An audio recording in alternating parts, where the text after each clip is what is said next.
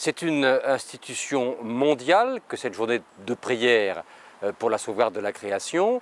Il faut ajouter que les évêques français ont un dimanche de la création qui va venir après, en octobre, et que c'est pas trop en France de deux fêtes sur l'environnement et la création, parce qu'il faut bien le dire, nous autres catholiques français, on avait quand même pas mal de retard par rapport aux catholiques du reste de l'Europe et du reste du monde sur la question de la responsabilité écologique.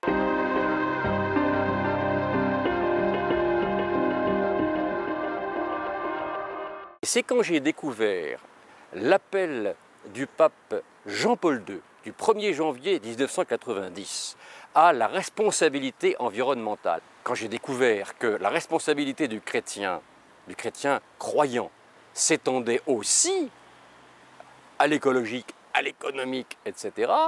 Mais ça m'a ouvert les yeux d'ailleurs, c'est bien vrai, nous sommes une religion de l'incarnation.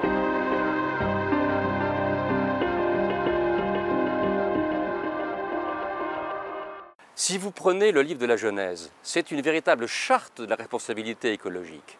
Aussi bien l'histoire de Caïn, aussi bien l'histoire de la tour de Babel, qui est une condamnation du mythe de la croissance, aussi bien d'ailleurs le fait que Dieu confie à l'homme le soin de la biodiversité. Donner un nom différent à chacune des espèces d'animaux, c'est la biodiversité. Donc, prier tous les jours, faire oraison, être en contact avec Jésus, mais Jésus, en s'incarnant, il est la cellule inaugurale de la transfiguration de toute la matière dont nous faisons partie au jour dernier, lors de son retour, lorsqu'il sera roi de l'univers, comme nous le disons à la messe tous les dimanches.